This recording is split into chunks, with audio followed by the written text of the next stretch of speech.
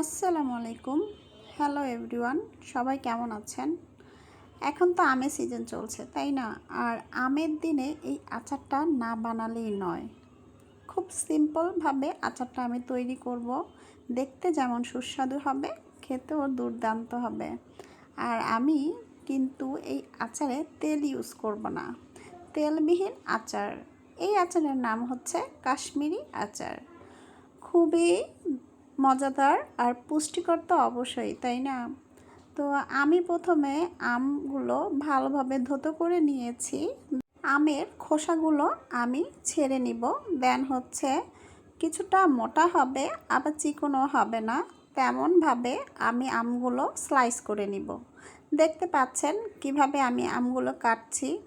আর এই আচার তৈরি করার জন্য অবশ্যই যে আমে বোড়া হয়েছে, হ্যাঁ, সেই আমটাই নিতে চেষ্টা করবেন। তবে হবেটা কি, আমটা একদম গলে যাবে না, আর দেখতেও ভালো লাগবে, আর খেতে তো দুর্দান্ত অবশ্যই। দেখতে পাচ্ছেন আমটা আমি কতটা মোটা নিয়েছি, চিকনও না মোটাও না। তো এখন আমি আমের বোড়াগুলো আমি খুলে নিব। এগুলো তো খাওয়া যায় না, তাই না? আমের সিজন আসলে আমার ভীষণ ভালো লাগে, বিশেষ করে কাঁচা আমের সিজনটা। পাকা আমটাও পছন্দ, তবে কাঁচা আম যখনই বের হতো, আমি স্কুলে যখন পড়তাম তখন আমার মনে আছে আমি প্রতিদিন এক হালি করে আম কিনে নিয়ে এসেই বাসায় ভর্তা বানিয়ে খেতাম। ভীষণ ঝাল ছিল, টক ছিল। তখন না টকটা এত ফেভারিট ছিল।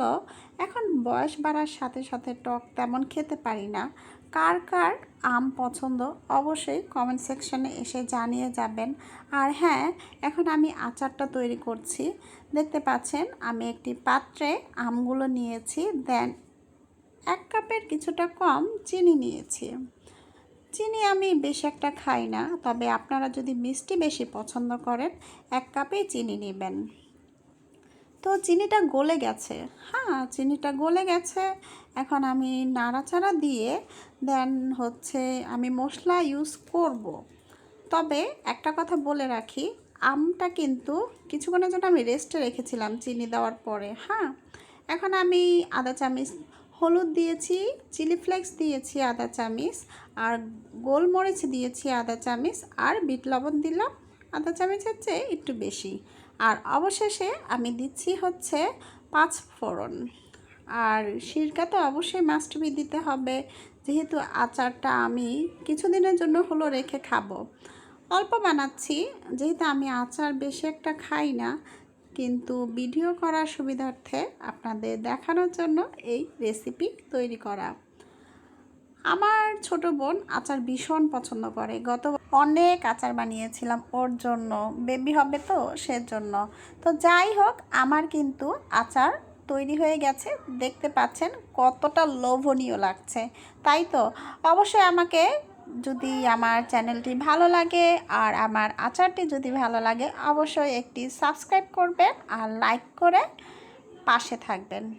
আর নিত্য নতুন রেসিপি পাওয়ার জন্য আমার চ্যানেলটি অবশ্যই সাবস্ক্রাইব করবেন। আল্লাহ হাফেজ।